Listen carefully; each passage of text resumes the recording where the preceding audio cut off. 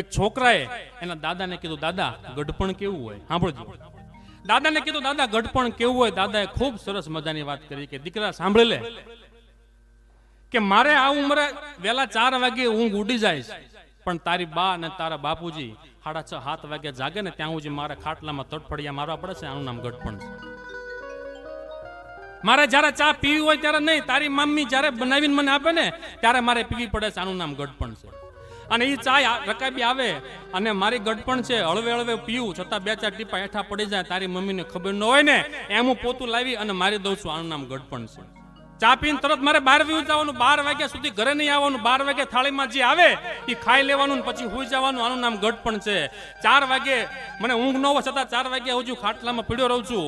અને પછી બહાર જાવ ને ત્યારે રસોડામાં તું ને તારી મમ્મી નાસ્તો ખાતા હો, ફ્રૂટ ખાતા હો, ત્યારે મારે ખાવાનું નહીં, તમારી સામું જોઈ અને છાનું માનું બહાર વી જવાનું.